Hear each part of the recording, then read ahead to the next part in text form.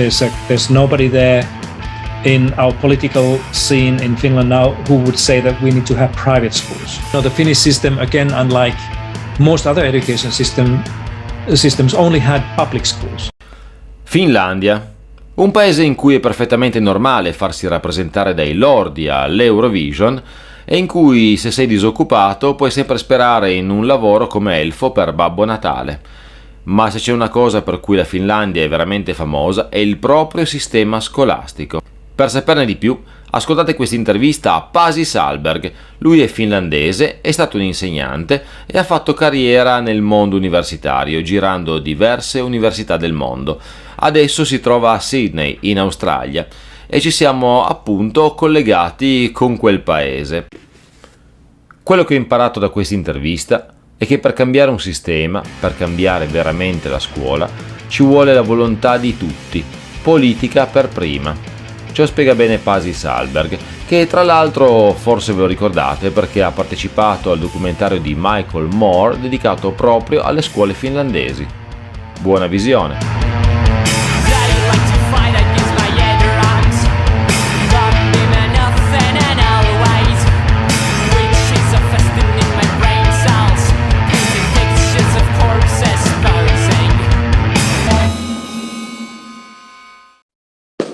Okay, so here we are. First of all, thank you very much for joining this program, Mr. Sahlberg. Thank you very much. Thank you, Fabio. You are Finnish. You are a professor of education policy at the University of New South Wales in Sydney, Australia. You worked in Finland as a school teacher, teacher educator, and policy maker. Did you also work here in Italy? Is it correct? Yes, that's correct. I spent 3 wonderful years in the beautiful city of Torino in Piemonte. Well, I'm glad for having you here because I've known your research for almost 7-8 years, and my interest grew when I bought this book, this one, in 2015, with an inspiring title, Finnish Lessons, What Can the World Learn from Educational Change in Finland?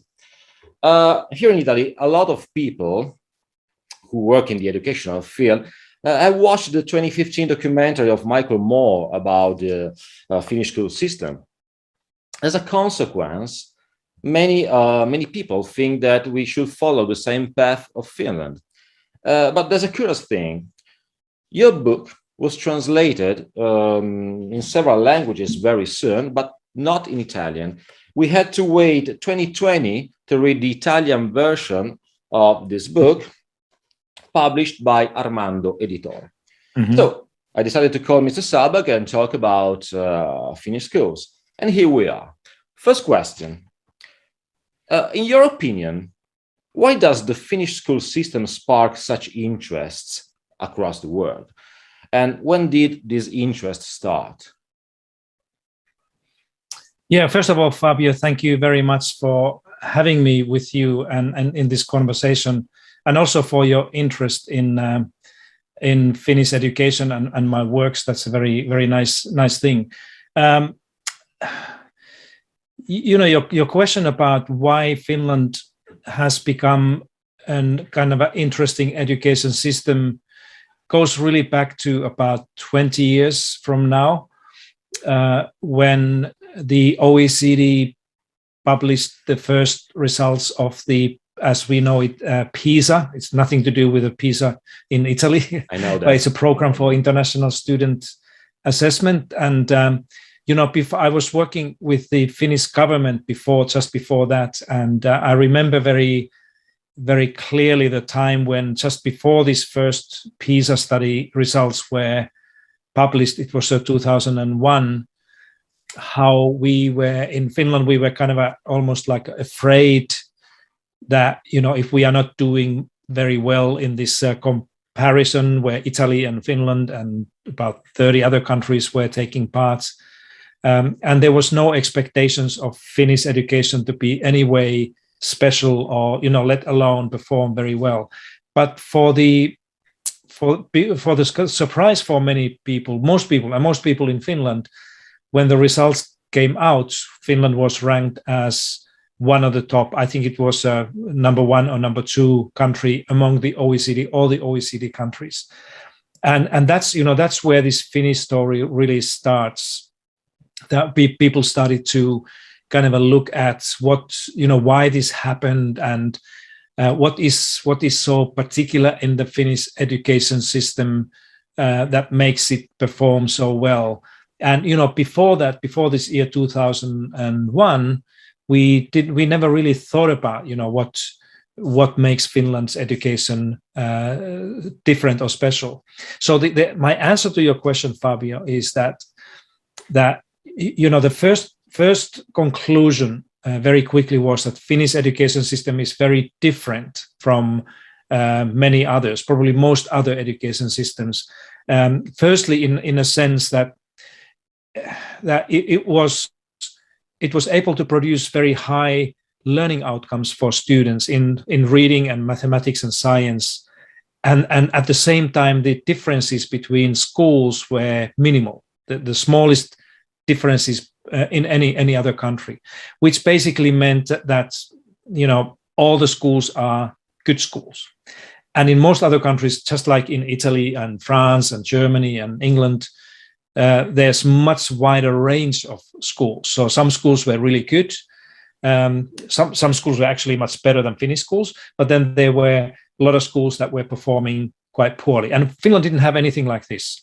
So many people started to look at the Finnish system like, how is it possible to have a system where basically all the schools are good schools and most of the students are doing well in school.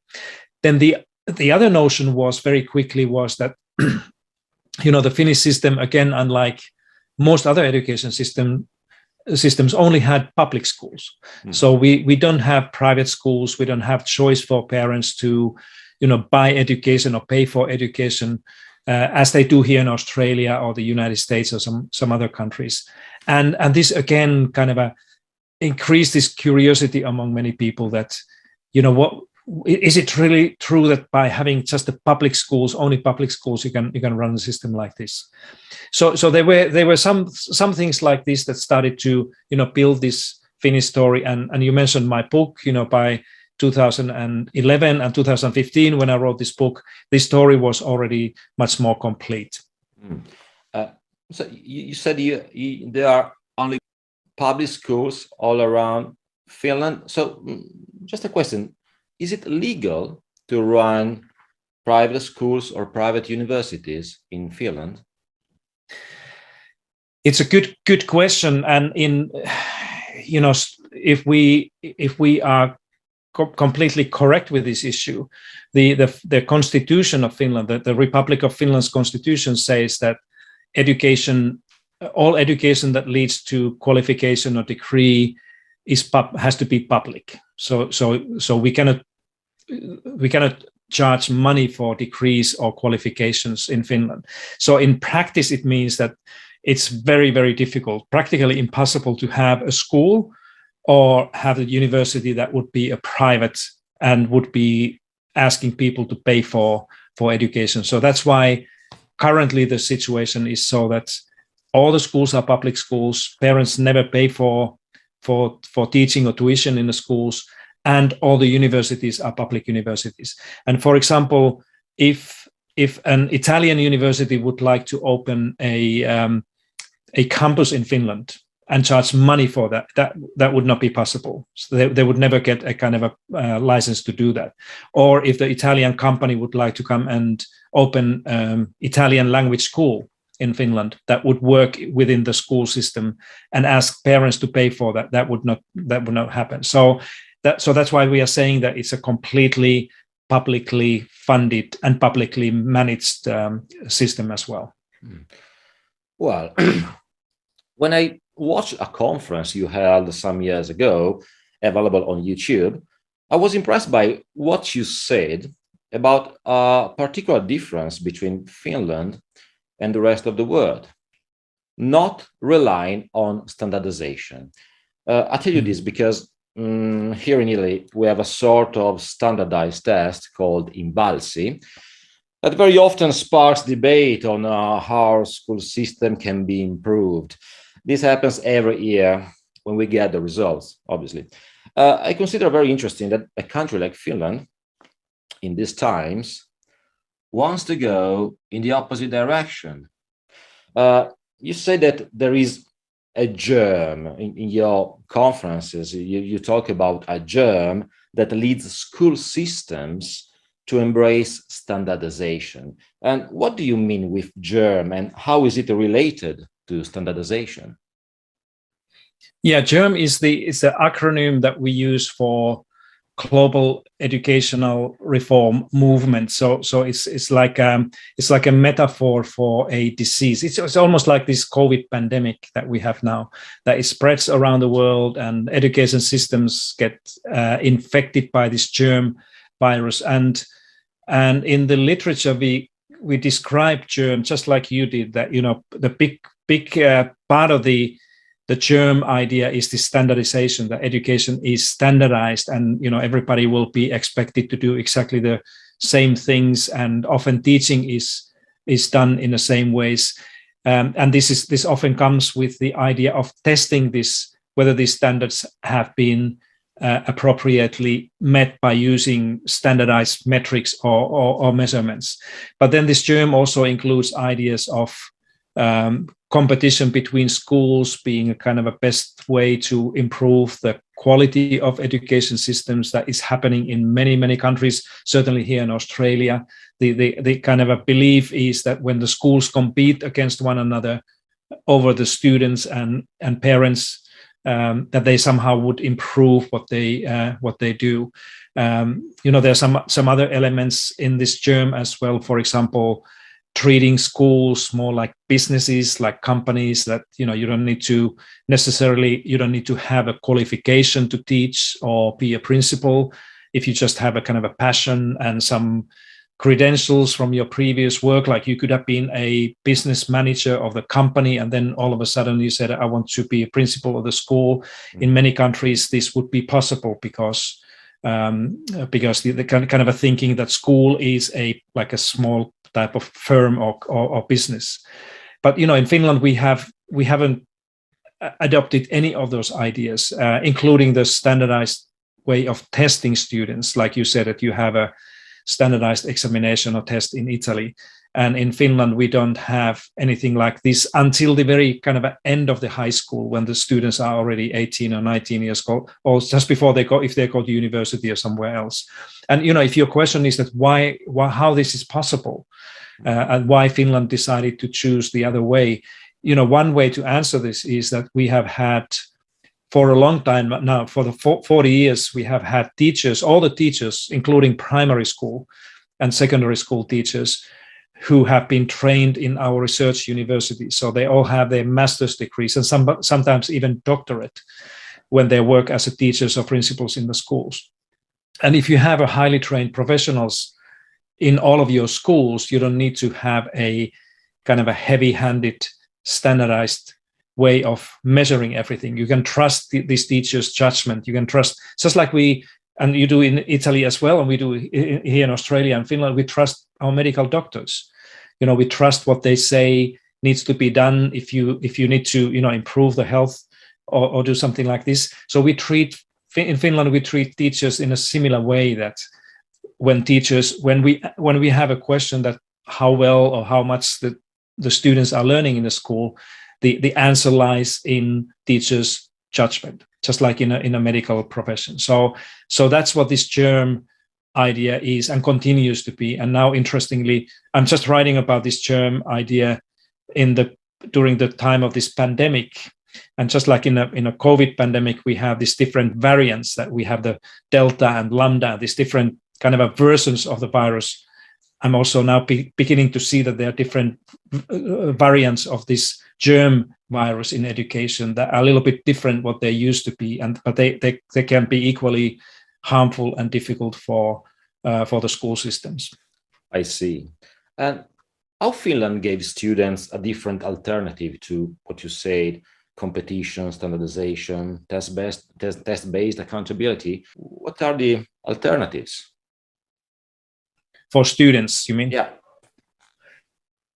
Well, the Finnish system is designed in a way that students can, very early on decide what they want to do, and in many cases, how they want to study and go through the education, these education programs. And just like I said earlier, that in Finland, teachers are trusted. We trust our teachers and their judgment, but this trust is also extended to trust in our students as well. And the older the students get, when the students are in a secondary school, they have pretty much freedom to choose and decide what they want to study and how they want to study based on their own interests and abilities. So I think that this flexibility that Finland has in its education system is something that, for example, many Italian educators, and I have had some Italian students when I was in Helsinki, that they were often like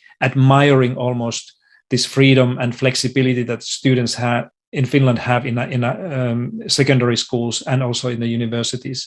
So I guess that the trust in people and their judgment, and preparing young people in this world where they have to take the lead and the agency of their own behaviors and decisions is something that Finland does a little bit differently than many others. And Finnish teachers work a lot with students to improve their sense of collaboration, right? That's right, yes. And just a few questions. I think that the bottom line to change a system in a country is having a general agreement for a long time, politically speaking. And you do not create a new system overnight. And I suppose that there had been a consensus among the different political coalitions or parties through the years. Is it correct to say that? Yes, yeah, there have been very, very different political governments, and Finland, just like Italy, has a number of different political parties, but somehow, all of these ruling parties, all these significant players politically, they have pretty much consensus on, what type of education Finland needs and what this education system should look like. For example, there's nobody there in our political scene in Finland now who would say that we need to have private schools, and there are very few political people there or parties that would say that we need to have standardized testing, or that we should follow the road of many other countries. So you're right, Fabio, that this consensus on basic things like education is public good. We need to prepare our teachers well and trust them. We need to have a kind of a light administration, not much bureaucracy in education, and give schools and teachers and students more freedom to figure out the best way to learn. Those are the things that most people, practically everybody, agrees in Finland right now. Well, let's talk about income. Is it true that Finnish teachers are well paid? It depends how you define well-paid job. But I often say that the Finnish teachers' salaries on average are very close to the national average salary. So if I was a Finnish teacher, Fabio, and you ask me this question, my answer would be that, well, my salary is not great, but it's not poor either. So then if you ask me that, are you happy, satisfied with your salary? I would say that, yeah, most of the time I am. But the fact is that in Finland also, that the teachers have the kind of a range of payment that teachers get is fairly wide, meaning that if you stay in the profession, if you stay as a teacher for 15 years or 20 years, then you are in the kind of a highest level of salary, and then your income can be significantly different than than what it is when you are in an early career as a young teacher. And this is an incentive for many people to stay in teaching in Finland.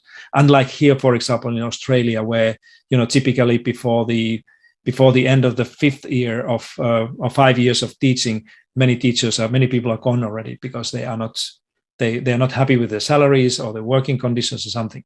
But in Finland, because the salary is built in a way that longer you stay as a teacher, the more you get the kind of a bonuses or payments.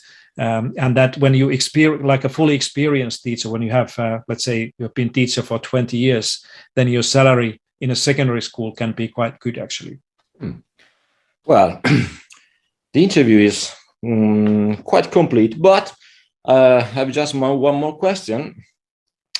I'm going to read that. Finland has 53.5 metal bands per 100,000 people, the country with the most metal bands per capita. The question is, having one of the best school systems in the world leads people to play good music? I think, Fabio, that's correct. And that's very much probably thanks to the primary school teachers in Finland who have been trained so that everybody has to be able to play music and appreciate music. I can tell you one personal anecdote. When I was leaving secondary school and thinking about going to study in a university, I had a band. I was a rock and roll. I was played guitar and I was a singer. Not really heavy metal, but still a kind of a good old rock and roll music. And I applied to become a primary school teacher. And in the in the selection, when the students were selected to the university, and as I told you earlier, that all the university degrees are master's degrees, so you have to study 5-6 years in the university and do research and all those things. Before you can get there, you will be selected by a panel of university professors and lecturers. And one question they asked me in the middle of this interview was to sing a song. And I was a rock and roll singer, and I thought that I cannot sing you any rock and roll. So what do you want to hear? And they said that you can sing anything you like. And then I think I picked a wrong song, some Led Zeppelin or something, Deep Purple maybe. And I stood up and started to sing. And then after about 5 seconds, one of the person in the panel said, "Okay, you can sit down. It's okay." So I was not accepted. I was not good enough to become a primary school teacher in Finland. I always blame it because of the choice of my song, that I probably should have sang a national anthem or something like this to please these people. But to be honest, Fabio, I think that every primary school teacher has to be able to sing and play an instrument in Finland. They do a lot of music. In a mathematics class, you often find a teacher, playing music or playing guitar and singing with kids. So, all the students, they get kind of exposed to music early on. And almost every school in Finland has a band, and many of them are actually heavy metal bands. So it's quite natural to grow up like this. So this would be my advice to Italian teachers, that if you teach mathematics or science or something that your students say is complicated, just stop for a while and put in some music, and they will, maybe Italy in 20 years will have the same number of heavy metal bands that Finland has, when the primary school teachers begin to kind of give students an opportunity to sing and dance. Okay, well, thank you very much for joining this program, Pasi, and well, I hope to see you one day in person, maybe in Finland, maybe anywhere else. Yeah. Can I say, Fabio, just thank you so much, and thank you for everybody in Italy, and I appreciate what you have been through during this pandemic. I think you have one of the most beautiful countries in the world. I miss Italy a lot, and I have actually have a glass of my favorite red wine grape Nebbiolo here.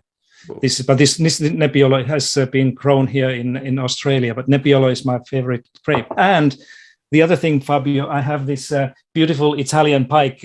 It's my Pinarello. I'm in love in Pinarello bikes. Whoa. It's a F10. Bellissimo, molto bellissimo.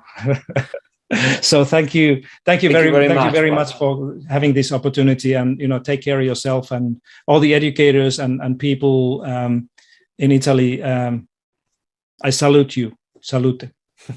Thank you very much. Take care. You too. Thank you.